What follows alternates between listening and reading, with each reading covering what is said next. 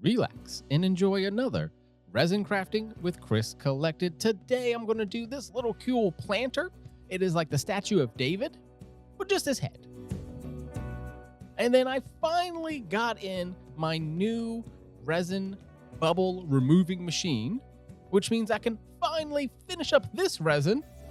And at first I thought like, oh, I only had like 3 or 4 ounces. Turns out I had about a full 6. So I went ahead and just dumped all the rest of this into here. But I'm going to go ahead and switch to my new system, which is the bigger guy. So I got the full Let's Resin setup, and it is the like this large container and the large thing that will take the bubbles out. So I definitely didn't have enough in that small cup, so I went ahead and just poured it into the big one. As well as getting the last of this ultra clear epoxy art and craft epoxy resin. And I wanted to get every last little drop out of there, but I went ahead and cut it a little short for y'all so we don't have to sit here for like 3 minutes and watch this.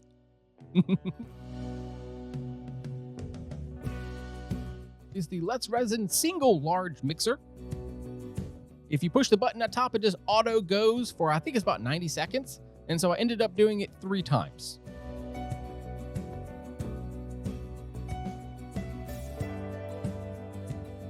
And that on the right there is the new bubble removing machine that I have. It has this cool little screen on the front, and it actually fits this large container. The previous one that I had does not fit the large container, unfortunately. So I'll keep it just in case I do small projects, but from now on, I'm mostly going to be using this setup. It's a little bit simpler, and then at the end of the day, I can split the colors later. I can always just pour it into those small containers afterwards and see if I want 2 or 3 colors, you know?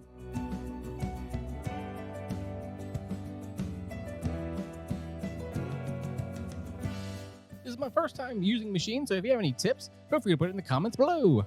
Like, for instance, you have to turn the dial on to make it do anything. Because I pushed the button, I was like, what the heck? But now it will actually, you can see on the top there, it has the number. And then on the bottom there is the time. And in the future, I'm going to take that very bright light that I have on it and kind of take it off there. But I kind of started to like looking at it and I'm just like, it looks so cool though. I had to show you guys, you know? This is at 1000% speed. So from 10 minutes down to 1 minute.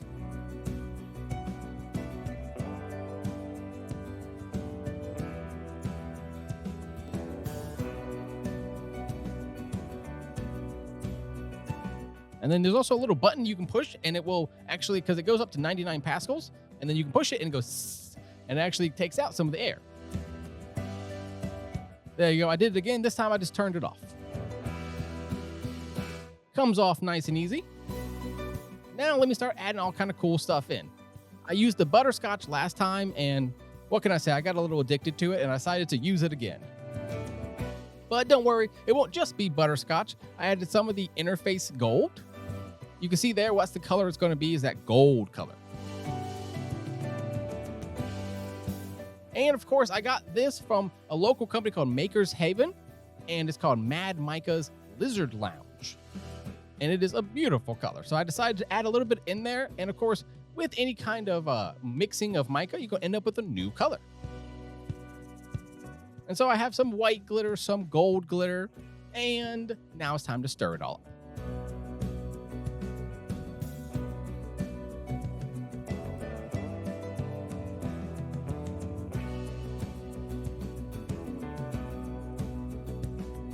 Nice and easy. I ended up stirring up in this 1 cup because I wanted to do the 1 color today. And you see all that glitter and all that goodness. Now it's resin pouring time with Chris Collected. First up, I wanted to make sure I did have something to demold today, so we're going to do the David first.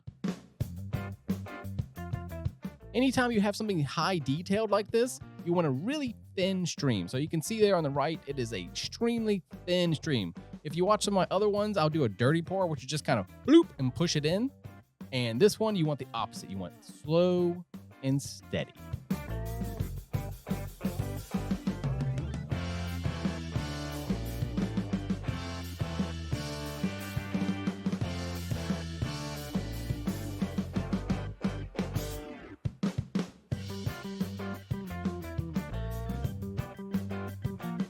As you see on the right, it is nice and getting all filled up. You can see on the left, that color is looking amazing.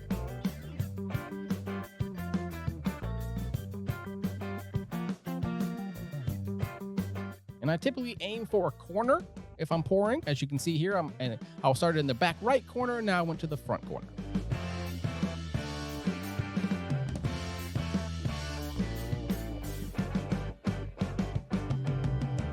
Next up, this is another planter. I'm doing another series next month called Christmas, like starting out my Christmas presents. And this was one that I kind of just wanted for myself. It looks like a giant butt.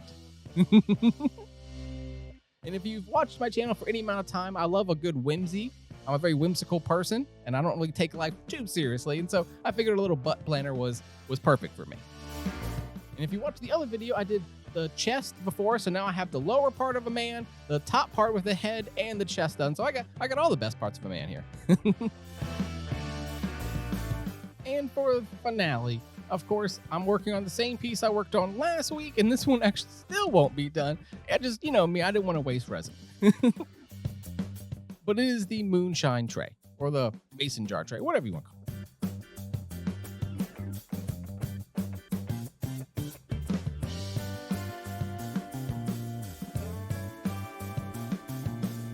As only the one piece is finished today, the molding time will be a little quick. Only the one to really show you. But I wanted to show you the other two first, as this one will definitely be done next week. I like how it's just like a little hodgepodge of stuff. And then this week as well, next week I'll finish this one and that big dish I started about 2 weeks ago.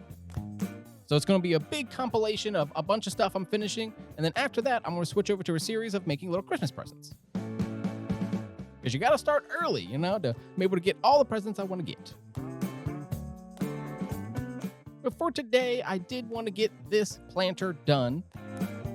And it was, anytime you have something that has like a little narrow neck, like it's kind of like looks like a, hourglass kind of thing. You have a fat at the top, fat at the bottom, and a little narrow in the middle. You have to squeeze all that water in there, especially all the details in his face. It was impossible to get it out unless I squeeze some water in there. But once you do that, it breaks that surface tension, and it's super easy to then, get a strong arm in there and pull it out. There we go. I'm going to clean up the area real fast, and now I'm going to show you what it looks like. So this was a frosted mold, meaning it's not going to be high gloss, but it does have a nice hole in it. The other one I had last time didn't have as deep as a hole. This one has a deeper hole in it. And as you see, there's still a little tiny surface bubbles, as I'm not putting this in a machine that's going to suck them all out as it dries. And so there's some minor imperfections, but overall I think really good. I wanted to kind of give a bronze statue vibe, and I think I really achieved it there.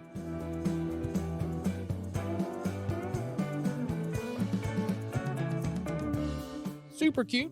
Thank you so much for watching. Remember to trust in yourself, honor yourself and others, and create a world that is safer for everybody. I'll see you on the next one, y'all. And next one's going to be a super big one. So stay tuned and subscribe. Thank you. Bye.